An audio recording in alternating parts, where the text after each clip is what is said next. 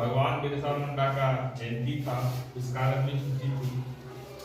और भारत सरकार के तरफ से 15 तारीख से लेकर के, ठीक है, और 22 तक, ठीक, 25 तक, एक सप्ताह का ड्यूरेशन पूरा विद्यालय में, जितना देश में विद्यालय है उसमें भगवान बिरसा मुंडा के बारे में जानकारी, उसकी जयंती, उनका क्या क्या योगदान है, इस विषय में जानकारी देना।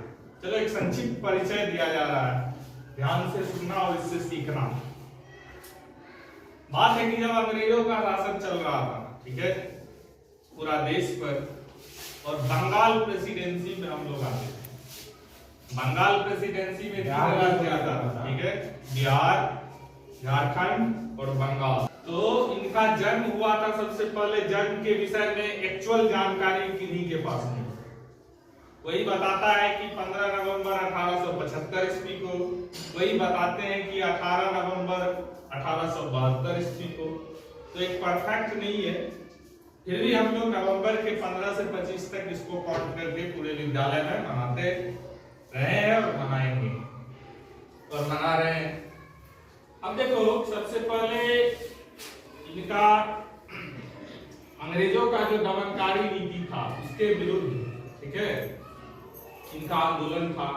और इनका सबसे पहले अगर जन्म की बात करें तो जन्म हुआ था उस समय, ठीक है, झारखंड का, जो कि बंगाल प्रेसिडेंसी में पड़ता था, रांची जिला के उलीहाती गांव में, ठीक है। तो इस गांव में जन्म हुआ था।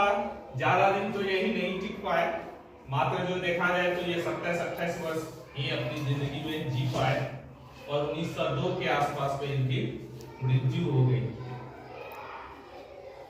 तो इनका सबसे महत्वपूर्ण काम जो याद रखा जाता है हमारे इतिहास में, ठीक है, उनका ये है कि इन्होंने आदिवासियों के लिए, ठीक है, बहुत सारी आवाज उठाई, मांग उठाई। क्यों? क्योंकि अंग्रेज की दमनकारी नीति लाद दी गई थी जबरदस्ती, ठीक है, पूरे आदिवासी साम्राज्य, ठीक है, जिसमें कुछ भूमिकर था, कुछ आदिवासी का जो जंगलों पर अधिकार होता था, ठीक है, उन जंगलों पे अधिकार को भी वो बोल रहे थे कि आपका अधिकार नहीं है। इसी बीच में आदिवासी सब के बीच में एक उभरता हुआ चेहरा आया जिनका नाम था बिरसा मुंडा।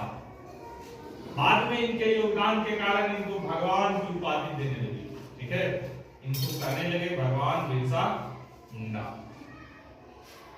यही था। उसके बाद जो है